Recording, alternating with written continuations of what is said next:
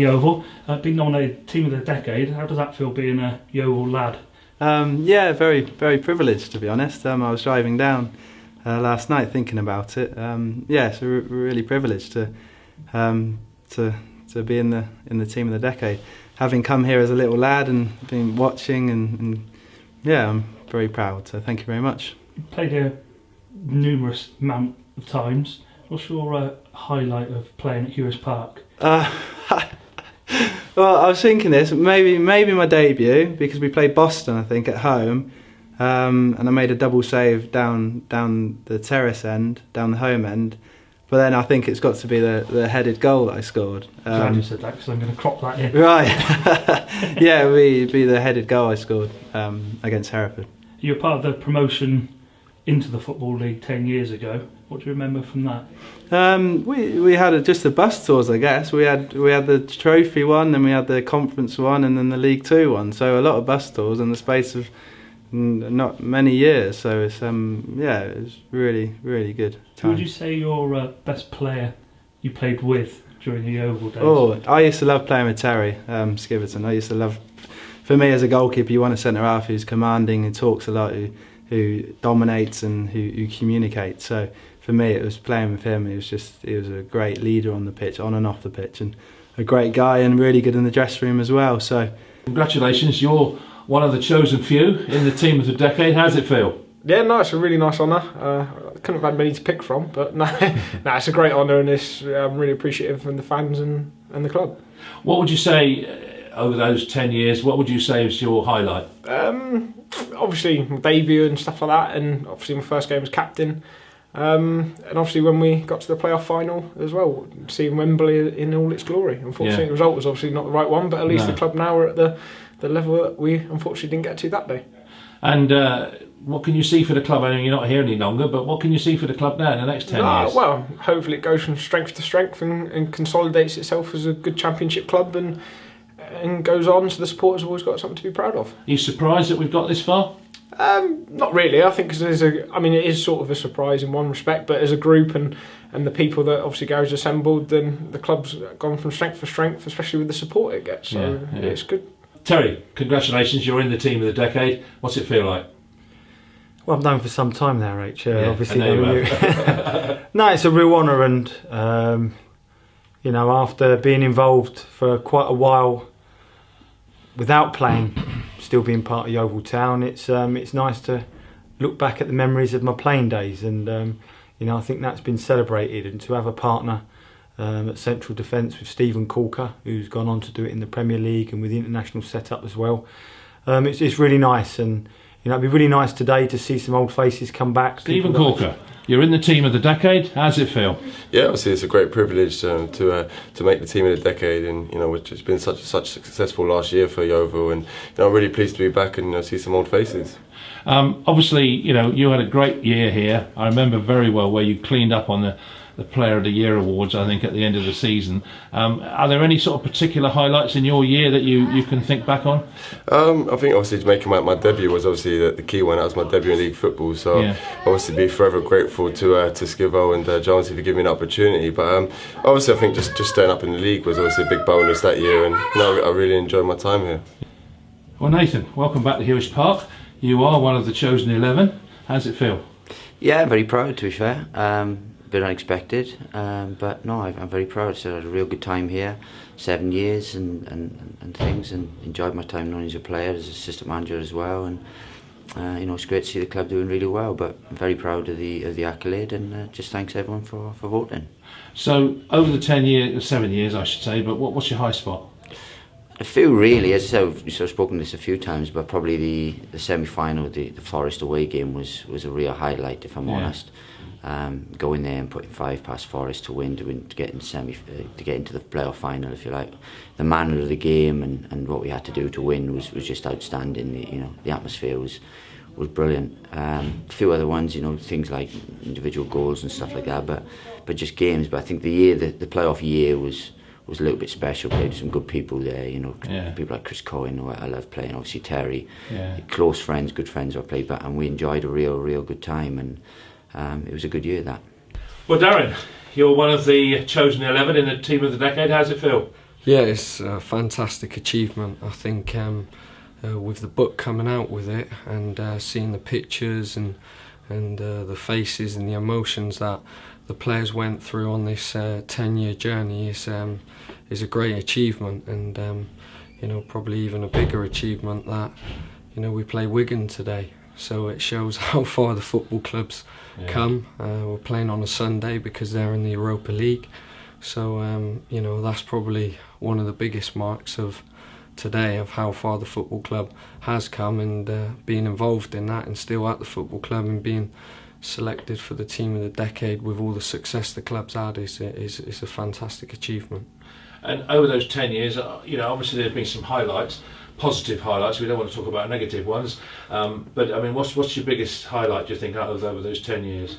I'd have to say getting promoted last year. I think the work and being involved in it, and seeing what goes on behind the scenes, and the commitment, and the passion that the gaffers had to show, and the characters that the players have had to adapt, with us being little old Yeovil in League One, and to get through that, it's a credit to the football club and the way the gaffers sort of led from the front and got everyone highly motivated to bring success to a football club, which to get into the Championship, any probably manager or any coach that's involved in football would tell you that was a great achievement. And so for me, that definitely by a million miles was great, because of how difficult that will be for any other manager or any other football club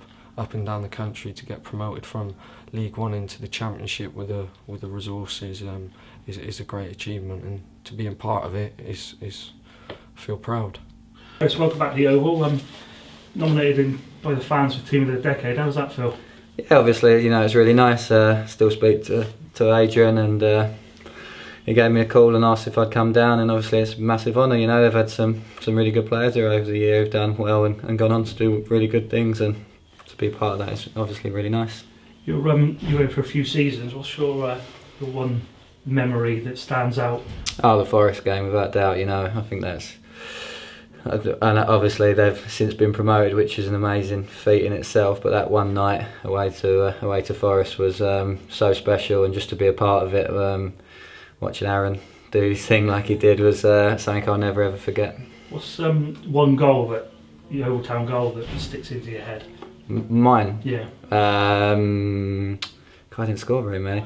Probably scoring the winner at Brentford away. I think we were 1-0 down, and Skivo scored a header, and then I think I scored in the 92nd minute or 3rd minute, and that won us the game. So that one will probably stick in my mind more than any other. And best player you played with while at Yeovil? Best player I played with while at Yeovil. Who's the best player I played with? Probably be Skivo, to be fair. He's obviously a legend here, and deserves all the praise he's got over the years, even though he don't text me back anymore and stuff like that. He was a great player and a great guy, and really helped me when I first came to the club as the captain. He made me settle in very well, so he was fantastic for us. Paddy, nominated in Team of the Decade, the fans voted for you. How does that feel?